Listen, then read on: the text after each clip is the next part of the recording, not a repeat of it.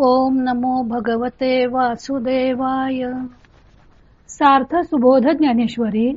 लेखन आणि वाचन सौ मनीषा भास्कर अभ्यंकर, महाराष्ट्र, मिरज 416410. अध्याय 6. ध्यानयोग. योग साधना भाग 7. योगाभ्यासासाठी हात व डोळे यांची स्थिती आणि जालंधर बंध. ओव्या आहेत 200 ते 210.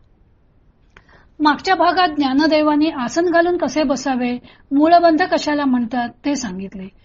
आता त्यांनी मूळबंधामुळे काय होते, आसनावर बसल्यावर हातांची स्थिती कशी असावी, दृष्टी कोठे ठेवावी वगैरे बारीक सारीक गोष्टींची माहिती सांगितली आहे, ती पाहूया. ऐसी आधारी मुद्रा पडे आणि आधीचा मार्ग मोडे, तेथ आपानो आतुलेकडे बोहट लागे. याप्रमाणे आधार चक्रावर मूळबंध बरोबर लागला आणि खालचा मार्ग बंद पडला म्हणजे अपानवायू आतल्या आत संकोचित होऊ लागतो. तव कर संपुट आपैसे वामचरणी बैसे, तव बाहू मोळी दिसे थोरी वाळी. तेव्हा द्रोणाकार झालेली हस्तांजोळी सहजच डाव्या पावलावर बसते व त्यामुळे दोन्ही खांदे वर चढलेली दिसतात. माझी उभारलेनी दंडे, शिरकमळ होय गाढे, नेत्रद्वारीची कवाडे लागू पाहती. पाठीच्या उभ्या कण्याच्या योगाने वर चढलेल्या खांद्यात मस्तक घट्ट राहते व डोळ्यांच्या पापण्या झाकावयास लागतात. वरचिले पाती ढळती, तळीची तळी पुंजाळती, तेथ अर्धोन मिलित स्थिती उपजे तया. वरच्या पापण्यास काही ढाळ होऊन खालच्या पापण्या खाली पसरतात, तेव्हा अर्धी उघडी अशी त्या डोळ्यांची स्थिती होते. दिठी राहुनी आतुलीकडे, बाहेर पाऊल घाली कोडे, ते ठाई ठावो पडे नासाग्र पीठी. दृष्टी ही आतल्या आत डोळ्यातच राहते. जर कौतुकाने बाहेर आलीच तर ती नेमकी नाकाच्या शेंड्यावरच पडते. ऐसे आतूच्या आतुरचे, बाहेरी मागुते न वचे, म्हणून राहणे आधी दिठीचे तेथेची होय. अशी आतली आत दृष्टी राहते, ती पुन्हा बाहेर येत नाही, म्हणून अर्ध्या दृष्टीचे राहणे नाकाच्या शेंड्यावरच होते. आता दिशांची भेटी घ्यावी, का रूपाची वास पहावी, हे चाडसरे आघावी आपैसया. आता दिशांची गाठ घेण्याची म्हणजे चहूकडे पाहण्याची अथवा रूपविषय पाहण्याची इच्छा आपोआपच नाहीशी होते. मग कंठनाळा आटे, हनुवटी हडवते दाटे, ते गाढी होऊन नेहटे वक्षस्थळी.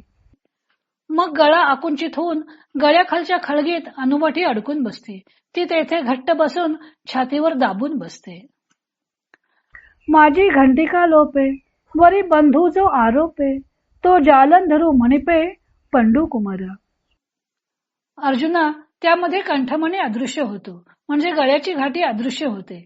असा जो बंध पडतो त्याला जालंधर बंध असे म्हणतात. नाभी वरी पोखे, उदर हे थोके, अंतरी फाके हृदय कोशू. जो बोडियाणा बंधामध्ये बेंबीवर पुष्ट होतो, पोट खपाटीला जाते आणि हृदय कमल आत प्रफुल्लित होते. स्वाधिष्ठाना वरीचिले काठी, नाभी स्थाना तळवटी, बंधू पडे किरीटी बोढी आणा तू. अर्जुना, शिश्नावरील काठा व बेंबीच्या खालच्या भागात जो बंध पडतो त्याला बोढियाणा बंध असे म्हणतात. मुद्रा म्हणजे ध्यानाला बसताना कमरेच्या वरील भागाची स्थिती आणि आसन म्हणजे कमरेच्या खालील भागाची स्थिती, असा या दोन शब्दात फरक असला तरी नंतर हे शब्द समानार्थीच वापरले जाऊ लागले. ज्ञानदेव आता जालंधर बंध व बोढियाणा बंधाची माहिती देत आहेत. नाडीच्या जालाला बांधणारा तो जालंधर बंध. यात कंठाचे आकुंचन करून छाती व गळा यामधील खळगीत अनुवटी दाबून धरली जाते. बोढियाणा बंध म्हणजे पोटाच्या बेंबीच्या जवळचा आसपासचा भाग आत ओढून धरणे. यालाच उड्डियान बंध किंवा बोढियाणा बंध असेही म्हणतात. आसन, मुद्रा व बंध ही योगासनाची उपांगे आहेत. ज्ञानदेव नाथपंथाचे साधक असल्यामुळे त्यांनी आपल्या टीकेत योग साधनेची विस्तृत माहिती दिली आहे. मागच्या भागात त्यांनी वज्रासन किंवा मूळबंध याची माहिती दिली होती. आता उरलेल्या दोन बंधांसह उरलेल्या नाथसांप्रदायिक क्रियांचे वर्णनही त्यांनी केलेले आहे. ज्ञानदेव सांगतात की वज्रासन म्हणजेच मूळबंध बरोबर लागला की गुदद्वाराचे आकुंचन करून अपान वायू वर उडावा, म्हणजे मग खालचा मार्ग बंद पडतो. अपान वायू आतल्या आत संकोचित होतो. द्रोणाकार झालेली हस्तांजली डाव्या पावलावर बसते. दोन्ही खांदे वर उचलले जातात. पाठीचा कणा ताठ असतो, त्यामुळे चढलेल्या खांद्यामध्ये मस्तक घट्ट रोवले जाते. डोळ्याच्या दोन्ही पापण्या झाकल्या जातात. अर्धोन्मीलित दृष्टी होते, त्यामुळे दृष्टी ही आतच राहते. बाहेर आलीच तर तिची धाव फक्त नाकाच्या शेंड्यापर्यंतच असते. बाह्य गोष्टी पाहाव्यात असं तिला वाटतच नाही. रूप पाहण्याची इच्छा आपोआपच नाहीशी होते. मग कंठनाळ म्हणजे मानेचा भाग आकुंचित होतो व गळ्याखालच्या खळगीमध्ये हनुवटी अडकून छातीला घट्ट चिकटून बसते. त्यात गळ्याची घाटी अदृश्य होते.